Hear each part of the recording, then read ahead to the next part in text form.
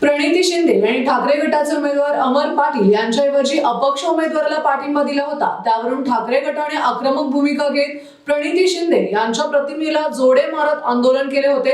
कोणत्याही परवानगीविना आंदोलन केल्याने शरद कोळी आणि आंदोलकांच्या विरोधात भारतीय न्याय संहिता 223, महाराष्ट्र पोलीस कायदा 135 अन्वये गुन्हा नोंद करण्यात आला आहे। श्री शरद कोळी आणि त्यांचे कार्यकर्ते या सर्वांच्या विरुद्ध खासदार प्रणिती शिंदे मॅडम यांच्या विरुद्ध केलेल्या आंदोलनाबद्दल कलम 223 भारतीय न्याय संहिता आणि कलम 135 महाराष्ट्र पोलीस कायदा अन्वये गुन्हा दाखल करण्यात आलेला आहे।